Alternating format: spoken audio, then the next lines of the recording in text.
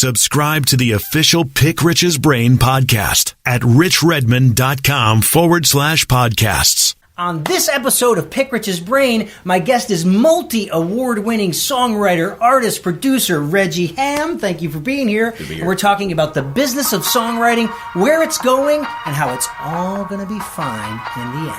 Drummer, percussionist, author, composer, songwriter, producer, professional speaker, actor, Rich Redmond has left his mark on thousands of songs, including over 21 #1 hits, over 30 years of been there, done that, wisdom and knowledge in the Nashville music business. This is Pick Rich's Brain.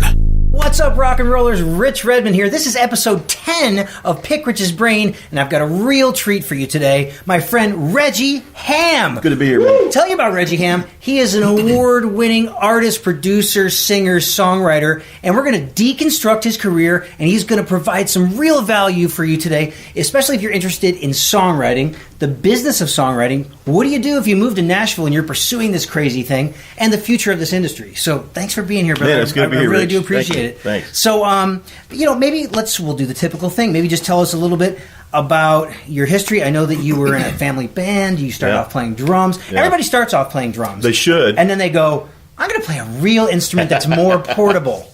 Yeah. That's it. Right? It was all about the gear, man. I couldn't handle the gear anymore. And you're still playing drums a little bit, right? Well, a little bit every once in a while.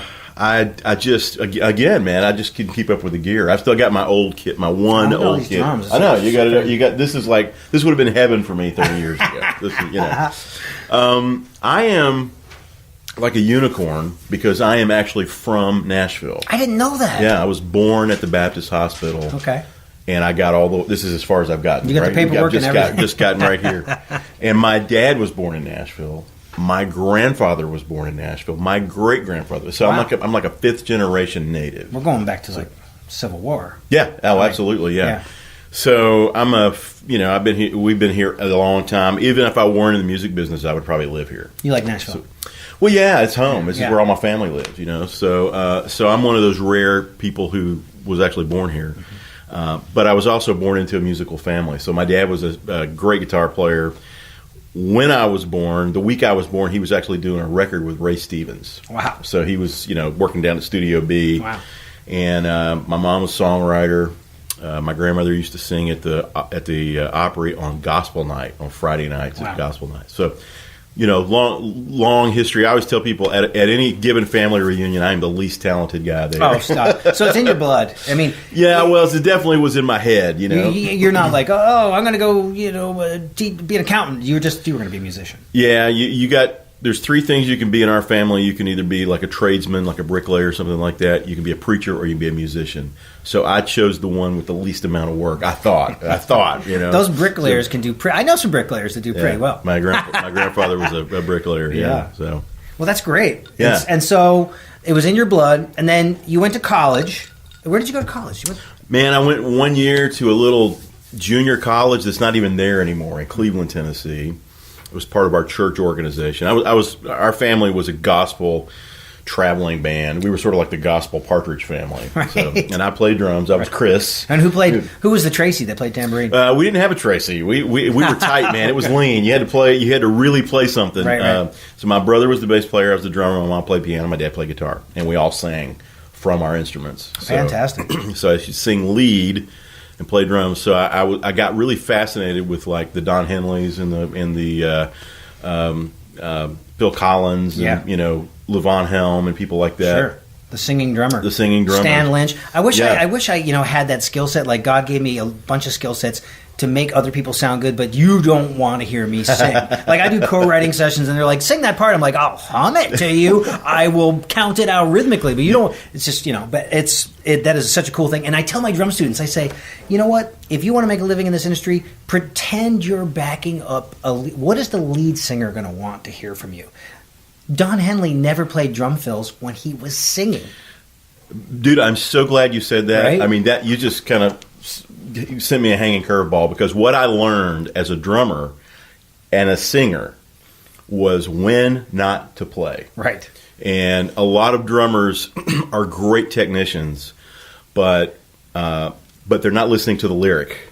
You know what I mean? And I sometimes, even with world-class drummers, sometimes you have to, in a session, go, hey man, this is what we're saying right here. You don't have to fill every 4 bars. I may not even need you. Sometimes right here. you just need to just coast, just spread the butter. Absolutely, you know? absolutely. So just spread the like Ringo, man. Just spread, that's right. And that is the one thing I feel very fortunate to have. Because I was gonna after college. I was playing jazz and fusion and odd time music. I was like, I'm going to go to L.A. and I'm going to play on soundtracks. I'm going to be that guy.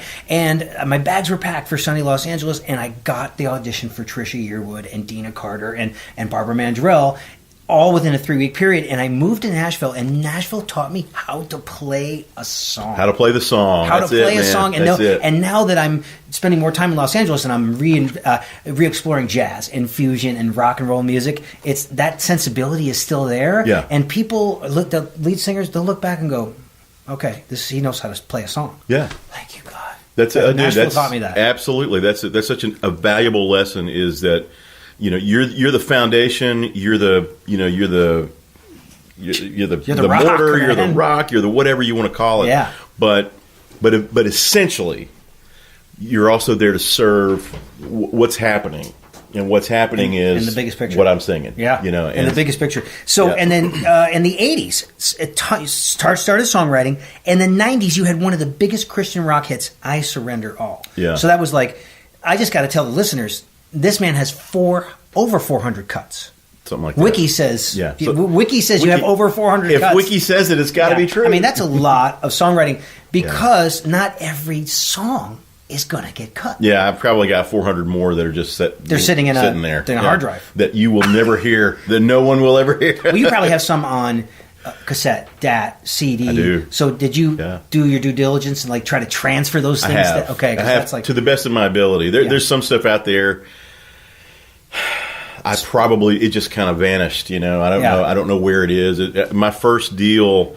I got my first publishing deal when I was 18. That's amazing. So that was years ago, Yeah. So there are a lot of those songs that I probably couldn't tell you where they are. Yeah. But and maybe some of them are unpitchable because they were written in the style of the time. A lot of that is true. Absolutely. I just finished a second volume in a series that I do called Near Misses, which are songs that I wrote for other artists that they did not record. That is a great idea. That I think should have been recorded. So you're recording them. So they're basically my demos. Okay. So what I do is I go in and do a setup, like a 30-second setup, just on tape, and then it's like a radio interview, and then I fade into the song just like you would hear. And this is on video or just audio? No, it's your CDs. So I sell them at my shows. Oh so you can buy the songs that never saw the light of day. So you say I wrote this one for Garth, but he passed, and now Garth is a great example because there is one on there that I wrote it with Kyle Jacobs and Billy Montana, the guys who wrote More Than a Memory. I wrote songs with those guys. What I could say about the Nashville community, and I love that idea, is that I wrote songs for 5 years for Magic Mustang Publishing, drummer. Okay, I had a publishing deal for 5. It was crazy, and they were so supportive. But I reached out to so many people in the Nashville community and said, they know me as a drummer. They've seen me play for 16 years. Now you're writing songs, but they're so welcoming. And they're like, we love having a drummer on the session because we choose the right tempos. Absolutely. It already starts to feel like something, And so, and then surprisingly, I really love doing lyrics, Well, this is the thing about that, and this is why you're probably great at it. Drummers know where the hammer's supposed to fall, right? Cadence, and phrasing, absolutely. It's all about the metrics, man. And there are a lot of great lyricists out there who have to really learn, where the beats are supposed to happen and where the money line's supposed to, It's like you're writing poetry. You are not writing lyrics. Lyrics need to fit into a melodic structure that centers around 2 and 4. That's exactly right. And just like the drummer supports the show, the lyrics, I always believe, the lyrics should be sort of subordinate to that melody. Like that melody is the sugar, right? And the lyrics are the medicine. But you're not.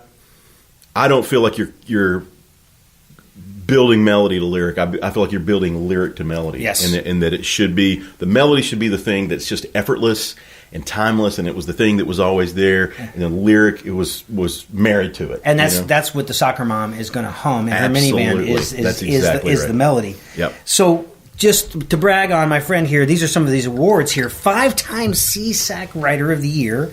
And then in 2008, you were American Idol contest winner. And what was the song you wrote? Time of My Life. The Time of, okay. Yeah. And not to be confused with the Dirty Dancing song. Yeah, not the same one. So, what was your experience as an artist in that television show and the contest mentality in Hollywood? Like, anything you want to share with us about that? You know. Well, the only thing I could tell you is it wasn't all it was cracked up to be. It was just a couple of times in my life I've gotten close to or experienced or been around true mania. Not just success, not just big shows, not just, hey, we're making it, but true absolute mania, where it's like where you feel a little bit, a fraction of maybe what the Beatles, or somebody like that, or Elvis or something like that, where it's true. Just like these people are insane. Like, what's happened to them? And that show, the year that I won, was the biggest season that American Idol had. It was the biggest finale show that they had. It was, it was at its apex. Amazing. And it was 10 years ago. It was 10 years ago. But it was something I've been in the music business my whole life. That was something I've never seen. And I was just kind of on the side. I was just as a songwriter, just looking. I can't imagine those kids who were on the show, how they felt about it, and then the stars on the show, who were in it every, for years. But it was true mania, and I got fans, as sort of a spillover from the David Cook fans, from the American Idol fans. I still to this day have fans that will follow me and contact me and come see me at shows and stuff like that were just American Idol fans, and 10 years later. But it was a true happening. It's exciting, and it's a major feather in your cap, and it was cool. It was kind of right place, right time. I don't feel like I can take a lot of credit for it. I was just there, and I showed up and did what I could do. And you're like, dude, you're like the example of this, of just taking every opportunity and just making the most of it. To me, you're like the poster child for that. I'm on the milk. I am on the milk. And so there are so many players. I don't mean to interrupt you. There's so many players who've come to town. They play for major artists. We don't know who they are. We might never know who they are. You took this opportunity and you're building like a brand. I love it. I mean, we talked about you on the road last year when I was good. Troubadour. It's always good to be talked about. Yeah, we talked about you. Man, Rich Redmond knows what he's doing. He knows how to do that thing, cool. That you have to do today to be relevant and all that. So God, getting relevant and staying relevant just exhausting. Well, it's a full-time. It's two full-time jobs. It is a full-time job. But I am just so excited to have you here because if there's people that are watching from all walks of life, if you're a drummer and you're not writing songs, you got to get in the game. And for those songwriters out there, this is a wellspring of information. So behind the camera, Jim McCarthy, he's my right-hand man. He's our producer. Yeah. He's our voiceover artist. He came up with that intro video. He is a polypotentialite. We're going to talk about that, a multi-potentialite. But do we have some questions for Regie on the socials? Dennis Scott Kelly chimes in and says, where do you see the trend going, away from crooner or singing group? Away from crooner or... Do you see the trend going away from crooner or singing group?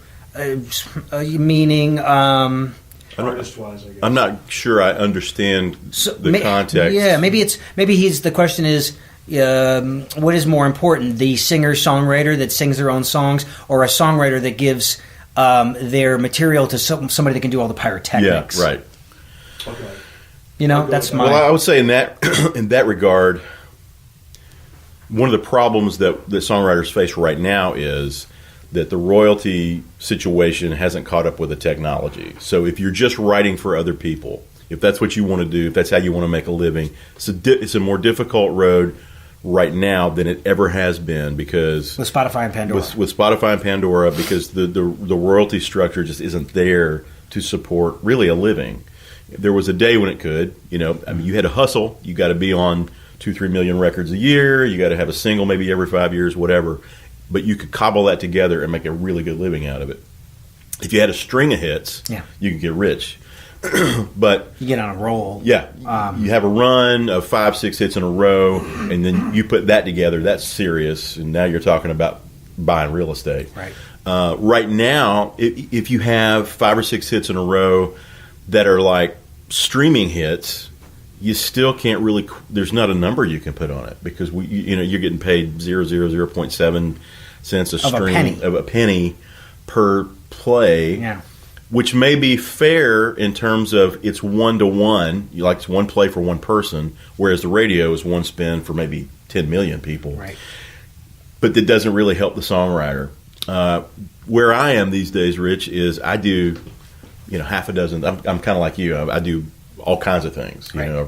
Write a blog and I write books and I go do speaking engagements and I love it. Write songs and I, songwriting You're is in a super group. I'm in a super group. Songwriting is like 20% of what That's I do. interesting to hear. Yeah, For so many years, it was all I did. 100%. Yeah, absolutely. All in. And so you jibbed, you jabbed, Darwin, basically you're evolving. But what is the mechanics of songwriting? So I had this publishing deal, and for me, I already had a full-time job as a player and a speaker and a teacher. So I was like, oh, this is interesting. I'm exploring a new skill set, and this is gravy money for me. It was very difficult because I always write with 3 people. Right. Because I always try to write with somebody that has a great Pro Tools skill set, right. maybe that plays guitar, and a great singer. Right. And then I come in and I'm like the glue. So that means I had to write 36 songs a year Yeah. around touring full-time and recording full-time and teaching. And so I was writing songs on Sunday nights. Sure, absolutely. To get it all done. So you're making money. Say you get a traditional publishing deal, you have a draw or a salary from the publisher, right. and then you're hoping to get those songs cut by a major artist, Yeah. because an independent artist isn't going to pay the bills. That's right. So really, I'm an independent artist. You're an independent artist, right? Right. So that's a labor of love for you. That's right. You write what you want to write. There's Right. nobody that has their thumb on you saying write this Right. way. So for the folks that want to chase the radio, you've got, say, how many artists in top 40 country? You've got that. You've got to try to get your songs to those 40 artists. every week, and it never changes. It's, Right. it's never 48. It's never 49. It's like this old friend of mine, songwriter, threw the top 40 sheet on the table one day and said, "How many slots do you see there?" And I said, "Well, there's just 40." He goes, "There's never been more than that." Right. So you only have that. And how difficult is it to get your song heard through all the red tape? So you got to get through song pluggers, publishing companies, to the artist, there's a million ways to get that song heard. Yeah. There's no rules. It's the Wild West. That's right. You can have a plugger Yep. that you can maybe pay. Yeah, so a plugger, usually every publishing company will have a plugger, and that's kind of their job to do just that. Go out and plug. But you've also got to plug. You've got to be a fan of your own work. That's right. And you've also got to write strategically, right? So if you can get with Keith Urban, you should, you know. But even then, Keith's going to overwrite. So let's say you want to get on a Keith Urban record. Well, he's probably going to cut 10, 11 songs, or that's what's going to be on the record. He might cut 25. But he might cut 25. He might cut all year. He might cut for 2 years. Right. And then that's when the real competition is, when they're listening and listening and listening. So it is a long process to end up with a song that Keith Urban is singing on the radio. Yeah. And it's a good friend of mine, a brilliant songwriter, award-winning songwriter, put it this way. He said, having a hit song is a little bit like jumping off the moon and landing on a postage stamp in somebody's backyard. It's just window. a small target, and you're starting from such a long way away. Right. It can be done. I mean, a lot of people do it, but So you're saying Well, that- I feel it's almost like the Robin Williams joke about playing golf. He's like, yeah, there's this little flag so far away, and you hit it with a crooked stick, and it's so free. But people, they love it. Yeah. Like my dad was an avid golfer. He probably plays 3-4 times a week in his retirement. He goes, do you ever want to try this with me, son? I said, I am Happy Gilmore, and I know that this is a very expensive, frustrating, time-consuming hobby. So I know, Jim and I talk about self-awareness all the time. I know that I don't have the time to spend doing that. Yeah. I don't have a love life right now. I'm totally overextending myself. But it's the same thing in Hollywood that I'm learning. I've been going to Hollywood for 3 years, and I am getting, because I have agents, I'm getting in the room to do an audition. So you do an audition, the casting director says, like you. Next step, they call you for a callback. There might be 2 or 3 callbacks that you have to be available for, which is why everybody's a barista or valet. That's right, yeah. And then if you get the job, they get you to a fitting. Right. Then you might have a chemistry read. Then you shoot. Yeah. And I'm trying to do this all around a drumming career. So Right. for me, it's like, you know what? I'm going to do it anyways, because somebody out there may just like me enough to put me in their film, independent film, commercial. Yeah. It must be present to win. Right. So if you want to write songs for country radio, you have to be in Nashville. You, right? you have to be. I tell people this all the time, and I've had dozens of people say, "Can I do this from Raleigh, North Carolina? No. Can I do this?" It's a very short answer. No. No, you cannot. And there are dozens of reasons why, but mainly is because there's a movie called Being There. Years ago. We talk about right? And there's no. I gotta write this down. And there are no two important words. Was that a documentary? No, it's an old film from back in the 70s, and it's kind of a weird film. It's really interesting, but the point is the guy who ends up sort of being the hero may not necessarily have needed to be, but he was the guy there. He was there. Being there. You have to be present to win. Yeah. And I tell people all the time, what are some of the 3 Ps? Your personality, your people skills, and your presence. Just being there and just being politely persistent. The greatest ability of all is availability. Yeah. You know. And what does Woody Allen say? He says 99% of life is showing up. And then I add with a smile on your face. Yeah, well, that's right. I mean, ready to work. Yeah, you got to, and then especially in Nashville because it's such a community. Oh my God. You can't come in and burn bridge after bridge after bridge after bridge and expect that to yield any results. I think Nashville won't work that way. You might get one burnt bridge ticket. Yeah. In Nashville. Yeah. It's too small. Yeah. You just have to have a squeaky clean everything and a deep skill set. If you're going to burn bridges in this town, you'd better be Bruce Springsteen or Hank Williams because that's the only you better have so much unbelievable, undeniable talent that the money you represent is worth more than the pain in the butt that you're going to be. Did you get that, everyone? Yeah. and there's not hardly anybody like that. That talented. You know. Yeah. And it's the same way where I think like a lot of how has the music industry gone from signing bands to just a front person? Well, the suits and the labels don't want to deal with 6 personalities. They do not. They want one person exactly that they right. can kind of. Let me tell you that when I was in bands, they used to say that to me. Yeah. Don't bring 6 people into this room. I've heard label guys say that. Do not bring 6 people into this room. I want to deal with one person. And I was in a band with 6 people. It was like 2 people many. Two people too many. Yeah, that's right. But so this is just so interesting to hear. So, and you've been in some documentaries. You've been the subject. Yeah, I'm in a couple right now. What was the one that was just out, Jim, that we were talking about that was at the Bell Court? It was about songwriting. Yeah, what was it called? Well, there was The Last Songwriter. I actually wasn't in that Songwriter. one. Yeah, but I'm in one called Ghost Town Troubadours. Talk about this. Talk about these. Well, it's me and Travis Howard and Aaron Benward and Danny Myrick. Okay, that's a super group. And we started getting together and doing these shows, and it was just electric. And everybody's a great singer. Everybody's a great player. All the songs are great. You know, it's like wow. There's just no weak links. And you guys need a drummer? we might, dude. We might. We're only doing 40 shows this year. I'm around. Yeah. But what we decided when all this stuff started happening with the songwriting rights, and you know, the songwriters are kind of dropping like flies, and so we thought, man, we started talking about ourselves as maybe this should be a show. This should be a TV show. And then we decided it was a little more serious than that, and so we got in a van last summer in Nashville. We played the listening room. We made $700, and we took that $700 and drove to Destin.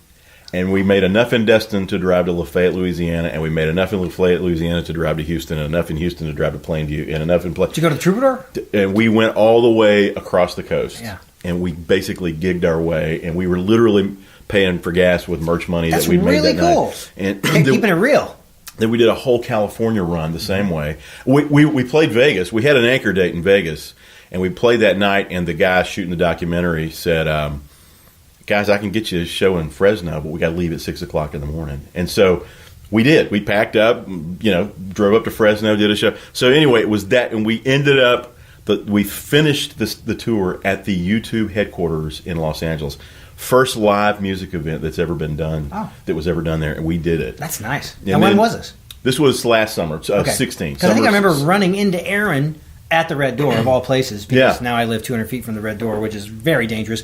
And he was like, man, it's going to be a reality television show. I was like, wow. Yeah, and so it's either going to be a doc or a web series. We're still not exactly sure what it is, but we've then since gone and played shows in New York and DC and kind of all over. So we've got footage from everywhere. Could be a Netflix. Yeah, well, when we played New York, we had some TV people there. And like, this is a Netflix series, and the personalities are also different.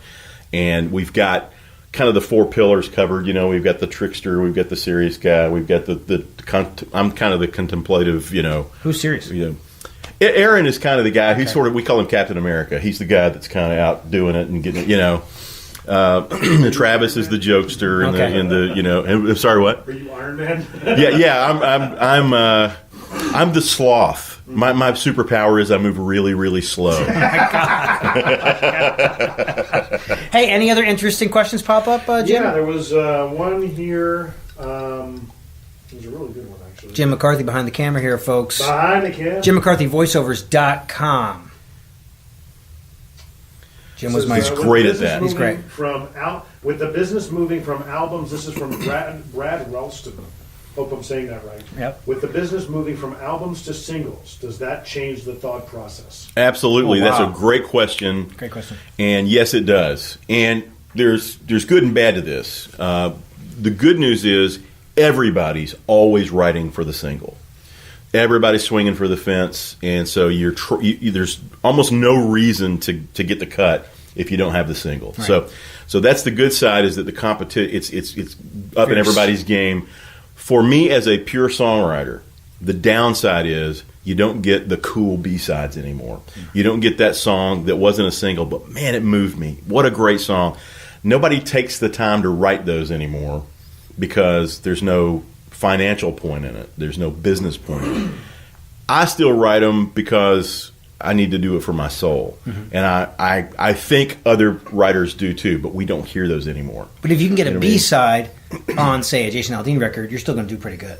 Oh, absolutely. Right. Yeah, absolutely. The business of it, you know, it's got us all focused on the singles. But there was, you know, we all have those great records that we remember growing up that, man, that third song was not a, you know, like... It should have been. Well, look, like, I'll give you a great example. To me, the quintessential example, to me, one of the best songs Billy Joel ever wrote was Goodnight Saigon. Never on the radio. Right. But my God, I'm glad that song was written. Right. And today, I don't know that it would be. I had it on cassette. You know? I had it on from the Columbia Records and Tape Club. Absolutely, man. And so that's a great example of, you know, song that wasn't a single, but really impactful. Glad it was written.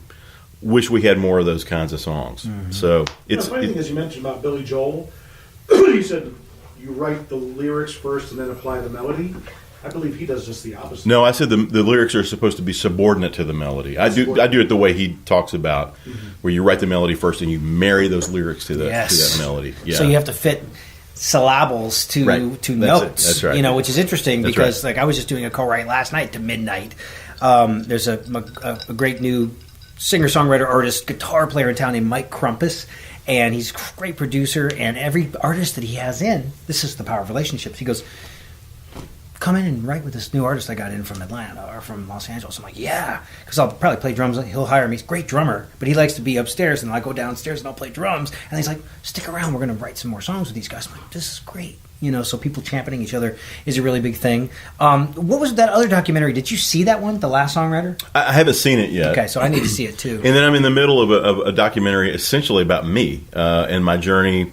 I have a daughter with a severe disability. Do you want to talk about that? Sure, yeah. You have a foundation? Yeah, so when I was an artist on Universal, I have a really interesting arc. I left Christian music, went and spent $70,000 of my own money making my own record.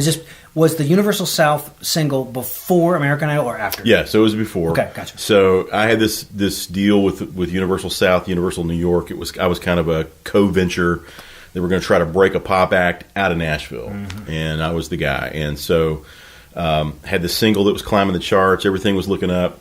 And my record dropped on March 18th, 2003. This is how old I am. 3 days later, my wife and I were on a plane to China to adopt our first child. That's great. A week later, they handed us a little girl with one of the rarest genetic disorders on the planet. And they didn't know it. We didn't know it, you know. And so we got home, and she had all these crazy symptoms that we thought would just even out, you know, once we got her back into routine and all of that. And they didn't. They actually got worse, and they got more dramatic. And so we went through this 5-year odyssey, and not only did that happen, but when I got home, my single died. And so all my tour dates canceled, and you know, it was just this really crazy spiral of trouble. And I had been batting 1,000 up until then. I thought I could do no wrong, and then all of a sudden, things started being pulled out from under me. And Did a 3-year stint with Mark Bright's publishing company, and nothing happened. The first time in my entire life, I went 3 years without getting a song cut. Just couldn't write the right thing. It was missing everything by an inch. And that's when I got out of that deal, I didn't know what I was going to do. That's when I wrote the song for American Idol. And it became this huge hit, sold millions of copies. So a little bit of trouble and turmoil in your life led to greener pastures.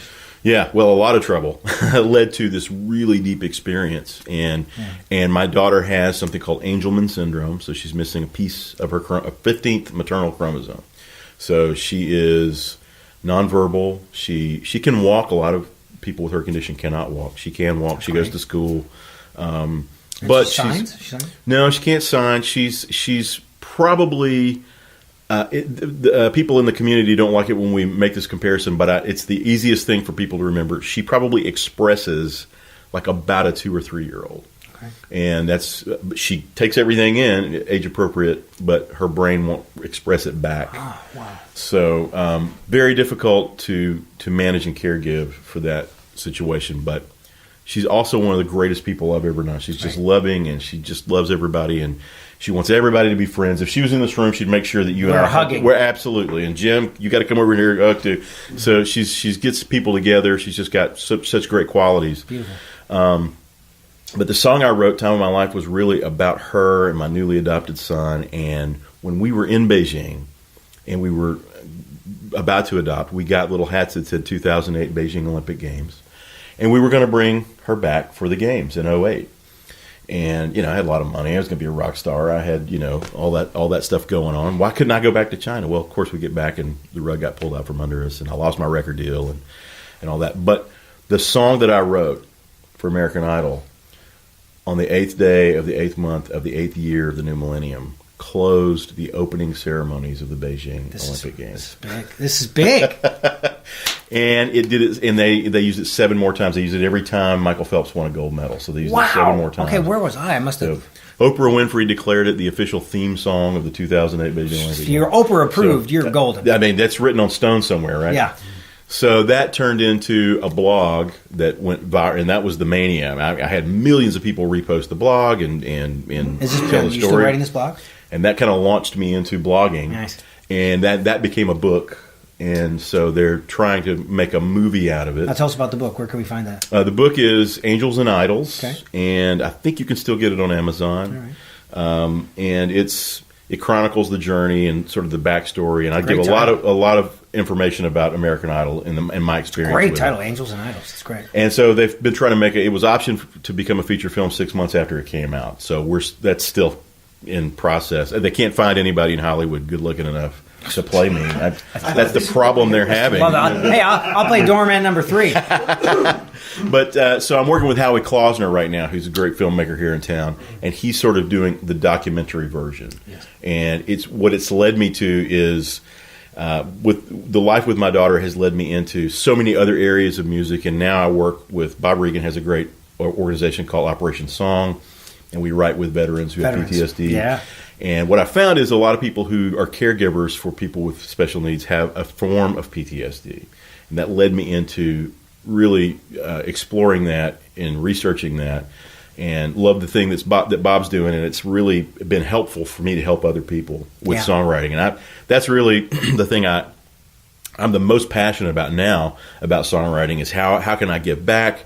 How can I help somebody with this little skill that I have that I've developed over the years? And so tens of thousands of hours of development. That's way more than I know the 10,000 hour rule. I'm like, dude, I've put I tell everybody way more than 10,000. I put 10,000 hours in my dark bedroom by myself before I even played music with anyone else. Absolutely. That's right. So you're helping. So soldiers come back with PSD, and they can express themselves through songwriting. Yeah, and then you guys get it recorded. Yeah. I'm doing a thing for Larry Sheridan and his bride, Robin Ruddy. They do Make-A-Wish. Yeah. So on the 27th of this month, there's a family that there's a little girl. She's not going to survive, and so the family wants to memorialize her with a song. Oh, wow. That's amazing. We're going to do a Make-A-Wish thing. That's tough, man, because you know what that ending, that Make-A-Wish is it's a good thing. That's a really good thing. And you're speaking to now about... Yeah, so when the book came out, I had a lot of calls to come and tell my story. Right. I bring my piano with me, and I sing the songs, and I tell the story. So if for a lot of corporate events, it's a really nice change of pace. You know, you have your instrument. I've got an instrument, and I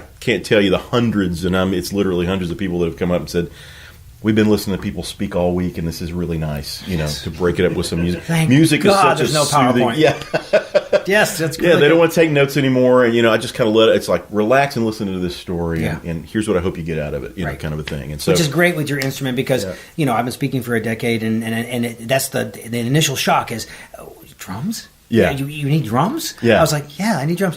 But I said, you're going to love this. And this one lady comes up and she goes, I loved your message. Can you do PowerPoint so I can take notes? I was like, no PowerPoint. No PowerPoint. So Jim, polypotentialite. yeah. Yes. But he's already realized all his potential. So, what? Tell us. Man, I'm just getting Tell started. us. That's what I feel like. Life starts at 40. Dude, I'm 50 years old. Yep. I feel more creative, more positive, more like the world is mine now than I ever have in my life. Between 40 and 60 is a man's prime everything. Not sexually. I was going to say, but, Rich, but like as far as like a creative, like I'm in a creative renaissance right now Yeah, where I'm expressing myself through music, through drumming and songwriting and education and motivation and now I'm Sounds now like I'm acting. now I'm in the now I'm in Yeah. the theatrical arts and I'm getting my improv training in Los Angeles next month at a school Nice. that Tina Fey started. Nice, so it's just dude. I'm in it and it just feels so good. Yeah. You know, and I overextend myself quite a bit. Yeah. But I'm just It's okay. I'm in it. Yeah. You know, and we only get one life. Dude, you know, that's unless it. I'm coming back as Shirley MacLaine, I don't know. Well, you we'll might. get this once. I mean, if I come back, I want to come back as Hugh Jackman. I want to come back as my dog. My dog is so spoiled and gets you know what I mean? I want to come back as my dog. Dogs eat, sleep, crap. That's all they do. I love it. If you could have the gift of flight or a tail, what would it be? Jim does great impersonations. I believe this, man. I believe everybody can do everything. I used to believe in specialists, and I do think that we all have certain knacks for things. But I think that it comes down to focus, it comes down to desire, it comes down to unlocking the potential. I see, when I work with the veterans, I see these guys who've put their life on the line, and a lot of people think, well, they had to go in the military. No, man, there's some extraordinary people, men and women, who have dedicated themselves to taking care of us and making sure we're okay. We don't think about that every day, but they're out there. And they're out there. And what you find is these are extraordinary people, and they can do this. And I've been in writing sessions with these people and gone, dude, that's a great line. That is a great You know what I mean? line. That's wonderful, and you can do it. And you may not be able to become rich at it. I don't know. I mean, or rich at it. Or people are like, hey, so you're telling me I'm good at this, so can I do this? And then you say, well, you have potential to do this, but do you want to uproot your whole family, move to Nashville, Right. and really do this? Right. And Jim and I talk about that all the time, like having a knack for something and actually taking that leap to actually do it. Yeah. Execution is we were talking earlier before the camera started rolling about I've been binge watching Seinfeld's Comedians in Cars. Gotta do it. And that's a great example of, and he talks about it often in and out of his little banter, in that a lot of people are funny, naturally funny. There's a lot of funny people out there, but it's a whole different thing to say, I'm going to L.A. or I'm going to New York, and I'm going to go do 3 sets a night, 4 sets a night, and I'm going to hone the material so detailed that any crowd that walks in here, I can make them laugh. Yes. No matter how old they are, no matter where they come from, What a skill set. That is the difference between being, he's a funny guy, and he's a professional comedian. He is a comedian. He's a comedian. And do you want to? He said, do you want to get in your car, drive yourself around to these dumpy comedy clubs? That's it. Go backstage, get the flat meat with the Right. mustard, and look Yeah. at these sandwiches, and go, this is my catering, and I'm staying at the Rat Trap Hotel, and do that for years. That's the job. That's the job. That's the job. That's the job. And I tell young singer-songwriters all the time, look, if you're playing for 10 people or you're playing for 10,000 people, it's the same job. So if you see 10 faces out there, you've got to do the same job. Just slay it. And if there's 10,000 people out there, It's the same job. Yep. It's not like the job changes. All that happens is you get better catering, you get, better hotels, more money, You have a runner. I say, you know what? I'm That's feeling right. like a nice coffee. Can you grab me a nice coffee? Yeah. Jim, anything else, bro?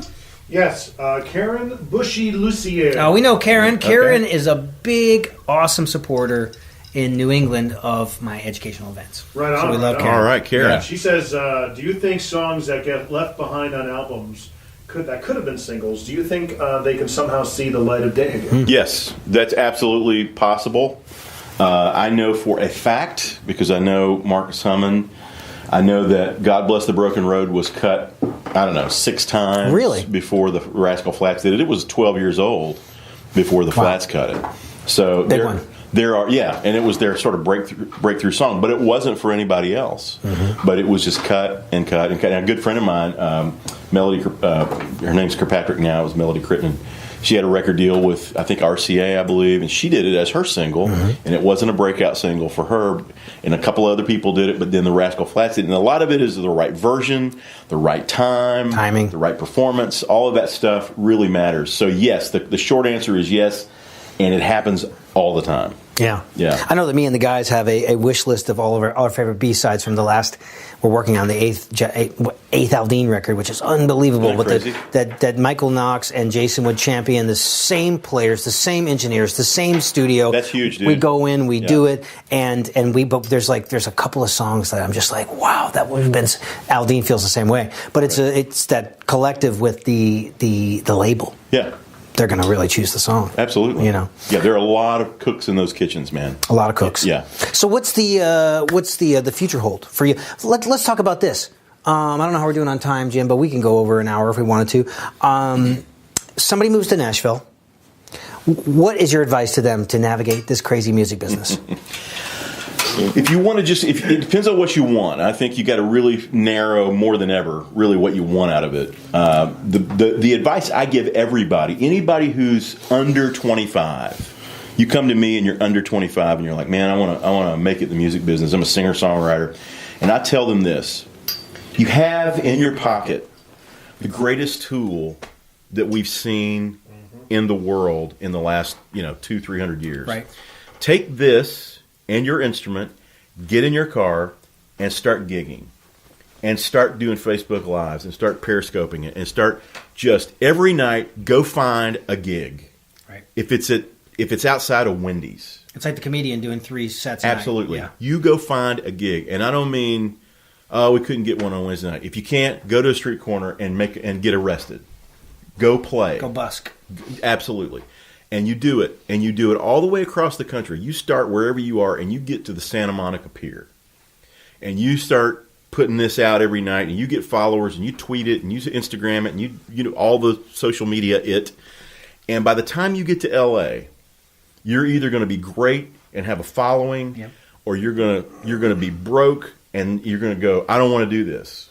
Because that's the job. Right. If you make it, that's going to be the job. Right. You're going to have to get in a van or some vehicle and do that. Are you challenging somebody to do that? I challenge them all the time. What a cool idea. I challenge them all. That's basically what we did with the Ghost Town Troubadours.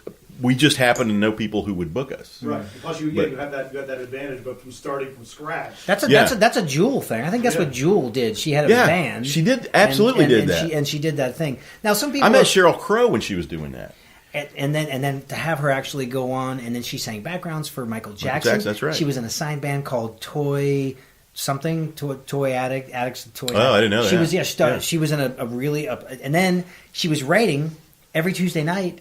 Yeah, that the became Tuesday Night Music Club. The Tuesday Night Music Club, and that was her breakout record. Right. And it's so refreshing to go back and listen to that record because there's no tuning.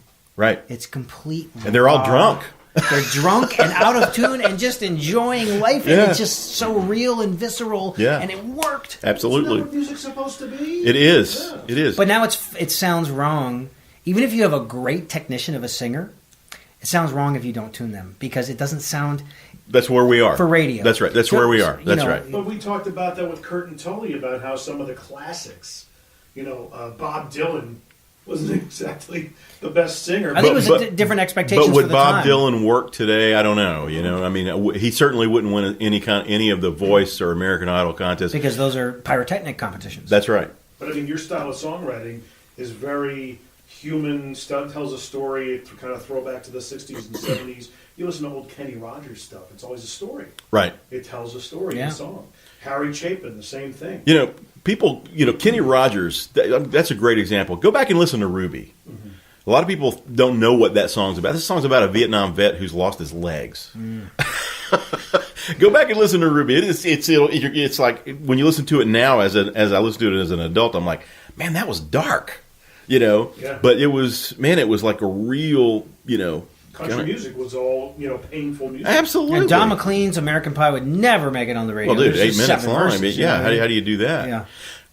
To button up your question, if you don't want to be a touring singer-songwriter, if you want to be in the business side of it, if you want to be a songwriter who works in rooms and writes for other people, it's kind of the same thing. I tell everybody this, and this is what I did. Come to Nashville, be in a club every night. Go to the Bluebird, go to Douglas Corner, go to Listening Room, anywhere that there are rounds, you need to be. And be in and meet the people that are meet booking the people rounds. that are booking the rounds. Meet the people who are on the rounds. Right. Meet the people who are going to see the people on the rounds. Now, for people that are not in the know, what is a songwriter? Yeah, round? so a songwriter round is 4 songwriters, 2 here, and it's basically a song. They call it either a guitar pool, songwriting circle, whatever you want to call it. Mm-hmm. But it's A sings his song, B sings his song, C sings her song, D sings his or her song, and you go around 4, 5, 6 times, and it's not really competition, but it's friendly competition, and what it does for you is you're going to hear 20 songs that night. 4 or 5 of them are going to be yours, and immediately if the guy to my right just killed this room. Yep.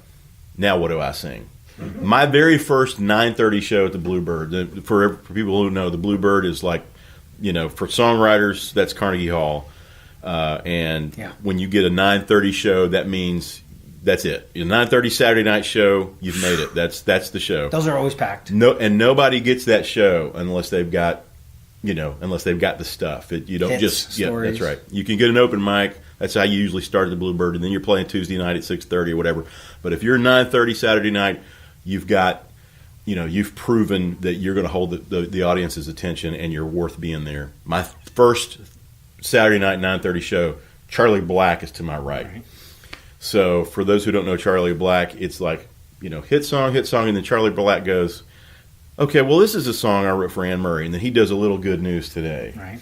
And then now I have to sing, and it's like, they were already iconic. You just heard, they're not just hits. These are like, then he does Come Next Monday, and then he does, and it's like, that was my first Saturday night, and it was absolutely terrifying. But I'm sure you did a great job. Well, I mean, I tried to, I don't know how it went. I know that there was enough going on that was good, that everybody loved it.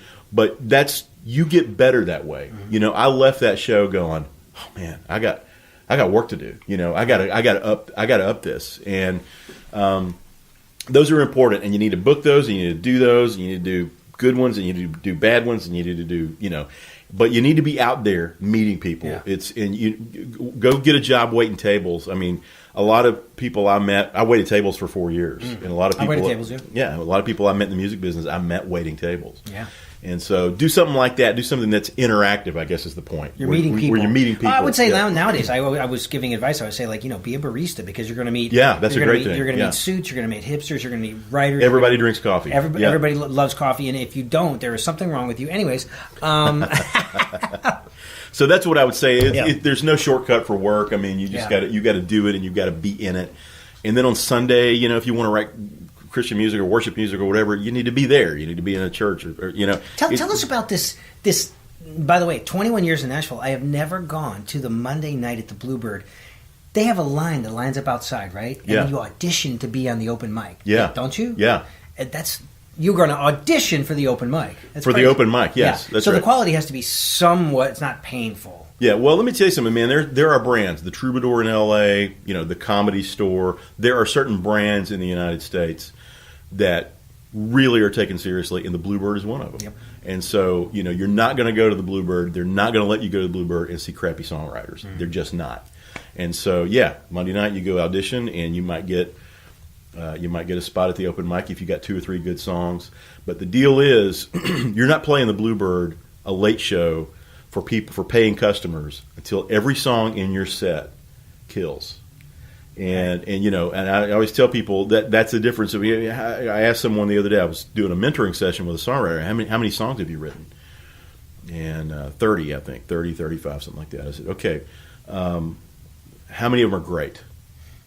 And it was like an off-putting question, and it was like, because that's what we're looking for. We're not looking for, man, I think that song's pretty good.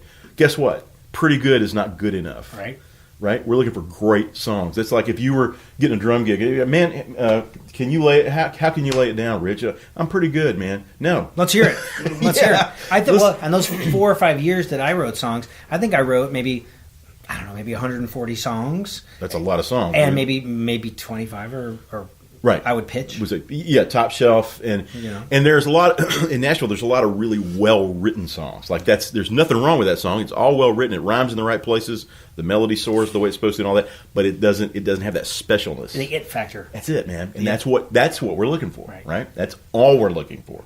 We're not looking for. Never will you hear Jason Aldean go, man, I need about a C-level song for this next. You know what I mean? That's not going to happen. My last guest was Michael Knox. He said that they get 30,000 songs? 8,000 songs. Now, if you're submitting a song to Michael Knox, he listens to everything. That's a lot of songs. Yeah. That's a lot of top shelf songs to sift through. And then he weeds it down to 200 and then 100 and then maybe 50 to get to Aldean. And Aldean listens to him in the dressing room in our pre-show room. And he goes, what do you think of this, guys? What do you think of? Then it gets it down to 15. Right. That's a process. 8,000 songs. Well, and out of that 8,000... Even if it's half of them, and it's probably half of them that are great. Yeah. You know what I mean? Or maybe 2,000. Or maybe 2,000 of them are great. Yeah. Even if just 1,000 of them are great, that's still a lot of great songs. That's incredible. And so that's why I say even writing the great song is almost not enough. It's like then you got to hit Aldean between the eyes with something he wants to say or something that's like, oh man, that's a new twist I haven't heard, or that's a tempo I'd like to do that I haven't, whatever it is, and that's just nebulous. That's just whatever that artist is, wherever they're wanting to go, and you can't predict that, right? And you shouldn't. They've got to do that. They've got to go down that road and focus. I'm so proud of guests before that were my buddies Kurt Allison and Tully Kennedy, who I've been playing with for 18 years in Aldean's band, and they've been writing songs for 6 years now with a focus, and now they're finally having success. They had the #1 for Dustin Lynch. They got a couple of cuts on Aldean's record. So I'm like, great, because they're writing a song a day, 2 songs a day, 4 days a week, 5 days a week. You're going to get some results from having that kind of focus. Yeah, absolutely. That's exactly right. The 10,000 hour rule is true. You got to do it. And when I was hitting dingers every 6 months or whatever, I was so focused. I probably I put my marriage in jeopardy. But I worked in 1995, and I write about this in my book. I worked on every holiday. I was in the studio on Halloween. I was in the studio on Thanksgiving Day. I was in the studio on Christmas Eve. I was in the studio. I went to the office on Christmas Day. Wow. I was in the studio on New Year's Eve. And on New Year's Day, I bumped into my publisher we were young, and we were just, it was like we didn't want anything left to chance at all. And we knew nobody's going to be in the office on Christmas Day, but I will be. If you don't have that kind of commitment that's incredible. At one point in your life, I won't do that now. But there was a point in my life when I did have that kind of focus and commitment. I love that. I go eat my mom's pumpkin pie on Christmas. I gotta do it. I see them twice a year now, so I got. I ate pumpkin pie. Don't get me wrong. I just took it to the office. I love that. One of the guys we never talk about, Gary Vaynerchuk, he talks about that all the time. We never talk about him. We never talk about him. Okay. He talks about that. In your 20s, he teaches kids all the time about college and look. I know you got to be practical and go to college, but if I were you, if it's not you, you don't really need it anymore, depending on what you want to do. I wrote a whole blog on it. I don't general advice, not just music business advice, but general advice I give to kids, and this is the advice I'm going to give to my son. Man, go to community college, get your 101s and 102s out of the way, and then on your 21st birthday, go get drunk with your friends, kiss them all goodbye, and go. Travel. Get as far west as your money will take you. And if it gets you to St. Louis, get a job in St. Louis until you get enough money to get to Kansas City, and then get enough money, and you get all the way to the Santa Monica Pier, walk to the edge of it, kiss the United States goodbye, get on a plane, and start flying around the world. And just wherever you land with whatever money you've got, go help people in Calcutta. Go. Traveling is a great educator. And go see the world and see how the world works. And by the time you can get on a cargo ship back to New York Harbor, by the time you get back to New York at 26 or 27, you could go to any dinner party on the Upper West Side and be the most interesting person in the room. You've been everywhere. You've done everything. That's great advice. And you can always go back to college, but I don't think enough people value the hands in the dirt experiential thing about life. I love that. That there's nothing you can replace that with. You know what's interesting, though? If I had done all that experiencing of life, I would have never gone back to college. So I'm glad I got it out of the way. Well, I didn't. I just got it out of the way, man. Yeah. And there's something to be said for that, too. I don't... Wow. That's our garage, man. The garage. Yeah. Okay, this is one of those man cave studios here. Yeah, I love it. But so I don't know where we are with time. Did we take one more question? But I do want to ask what the future holds for you and how people can find you. Well, the future, I think the future is books for me, Rich. I wrote a Christmas book that came out this year called One Silent Night. It is what I call a novel. So it's a novella. Okay. It's a fiction novella about a piano player in Nashville who's sort of washed up. He's playing at a hotel downtown, and a strange turn of events. He's lost his faith in Christmas and everything. And a strange turn of events with a certain family at that hotel sends him on a Christmas Eve odyssey through the city that ends up at like 3 a.m. on Christmas Day, and there's such redemption in it, and it's an interesting twist at the end. Through this odyssey, this guy plays and sings 10 Christmas songs, which is basically me. Right. I'm his fingers in his voice, and those 10 songs are my Christmas record. So the record kind of stands alone as a Christmas record. The book stands alone as a book, but the audio book is kind of an experience because when the songs come up, it's embedded in the audio book. That's great. So, and I went in too and kind of did a little scoring on certain sections to add a little drama or whatever with. So it's a great audiobook experience, and I love that kind of thing. So I'm working on a Father's Day novel now, and then I've got a Halloween thing I'm working on. Wow. That's about a songwriter. Nice. But it's a so ghost you're using story. your experiences in life as a springboard for these novellas. Novellas have worked really well for Stephen King. Yeah, absolutely. Yeah, no kidding. Yeah. Every novella became. I've heard about movie, that. Yeah, I've heard of him. Yeah. And ironically, a couple of these books that I'm with, the Father's Day and the Christmas, I have interest from Hollywood in turning into films. Amazing. So I think that's the future. And then my songwriting will sort of pack around that. What I would love to see is if some of these things become films, then I can go in and maybe help write the songs and that kind of thing. But I'm more kind of 30,000 feet focused, from the big project thing now, as opposed to just shotgunning songs all day long, which is really hard to do, and you need a lot of time to be able to do that. And I don't have as much time as I used to. I've got a daughter and a son, and and everything. So it's great. Well, all your skill sets are evolving, and they're turning into other creative passions. Yeah, absolutely. Which is really, really cool, which is kind of where I am in my life, too, because I'm staring at the same age, Yeah. And thinking, doing a mental inventory, how do I want to spend my next 20 years? Yeah, that's right. So, when you see it, I'm 50, and so I look at it and go, I probably don't have as much in front of me as I've got behind me. That doesn't bother me. Yeah. Like, I'm not a fearer of death. I don't have that thing. But what I do want to do is make sure I get the stories told that I have inside me, and whatever it is, and I would encourage everybody to this, whatever it is you have burning you up, you have to get it out. We need it, right? We need it. Well, yeah. I'm just more convinced than ever that it's bigger, it's more important. We just need it. Like, once again, the comedians and cars things, because I've literally been binging it like the last 2 days. But I think to myself, what if one of these guys or girls decided, nah, you know what, I can't do the comedian thing. I'm just going to go work in an office. but they have the natural gift. And think of what we would lose. No Seinfeld. You know what I mean? Think of what we would lose if Jerry Seinfeld went, you know what? That's just too hard. I'm going to go to college like my parents want me to do, and I'm going to be a doctor.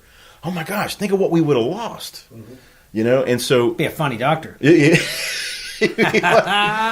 is the deal with the pancreas? You know, and so... But, What's the deal? so I just want to tell you guys, everybody out there, do it. Do it. We need it. We need you. We need what you have to say. There's actually a great video by Vaynerchuk called 6 Minutes for the Next 60 Years of Your Life. Look it up. Google it. It's on YouTube. It's a 6-minute video. And he talks about that. He says, if you think that you're done at 40 or 50 years old, this little device in your pocket tells you the contrary. I mean, you can do it. You always wanted to build bread baskets.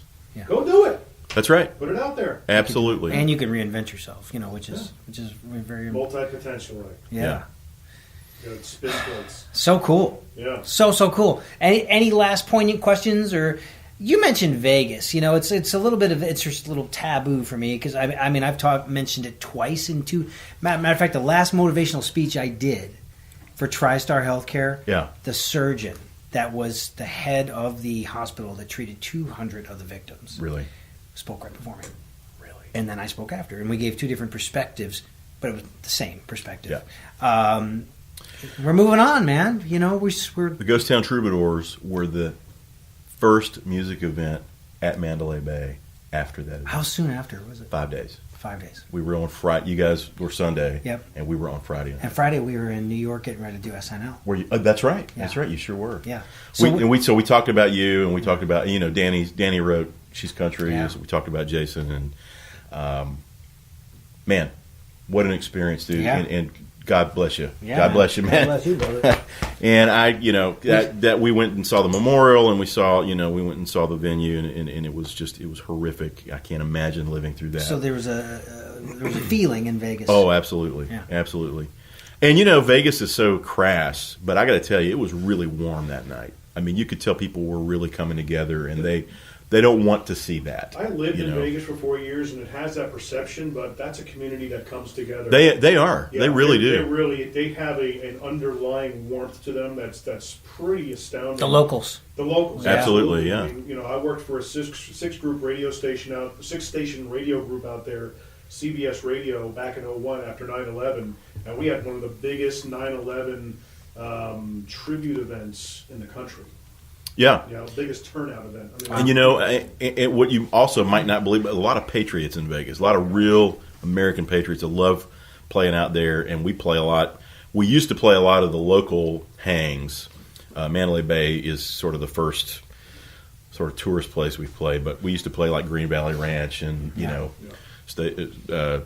Sunset Station and places like that, and we just love the locals, man. We have great friends out there. Yeah, I always ask the locals, where do I go for sushi, coffee, Absolutely. entertainment? Because I don't really want to pay $40 for a pot of coffee at the MGM. But we find ourselves in Vegas at least twice a year in the last 15 years because you got the ACMs, you got the rodeos, you got the it's just a staple in the country music diet. Absolutely, the sideman diet.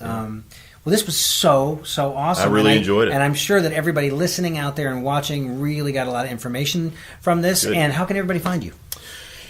Right now, Regie Hamm blog.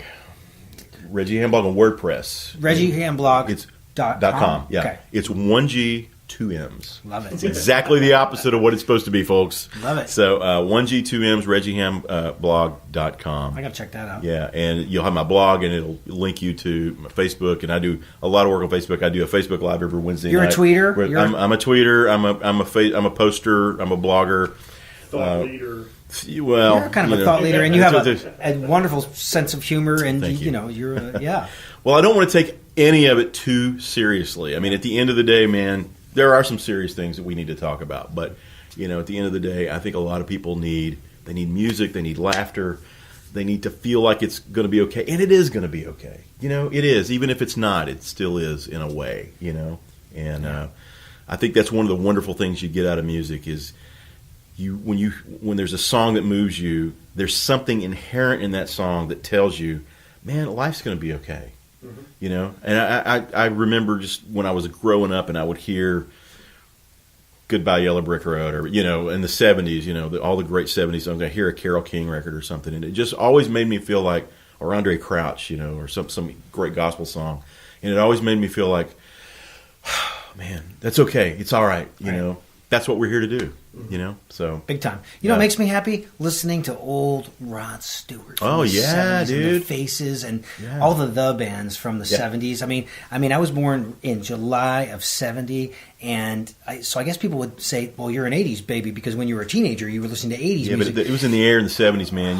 You it was got so it. special. It was a special. And time. we didn't have the Disney Channel, so we got to listen to rock and roll, right? Yeah, man. It was really crazy. I mean, my kids growing up, their first 10 years of their life, it was all Disney songs. But I realized this the other day. I was like, we didn't have this when I was growing up. We had to listen to AM radio. I mean, my Disney Channel was Charlie Rich and Mac Davis and all that stuff. So yeah.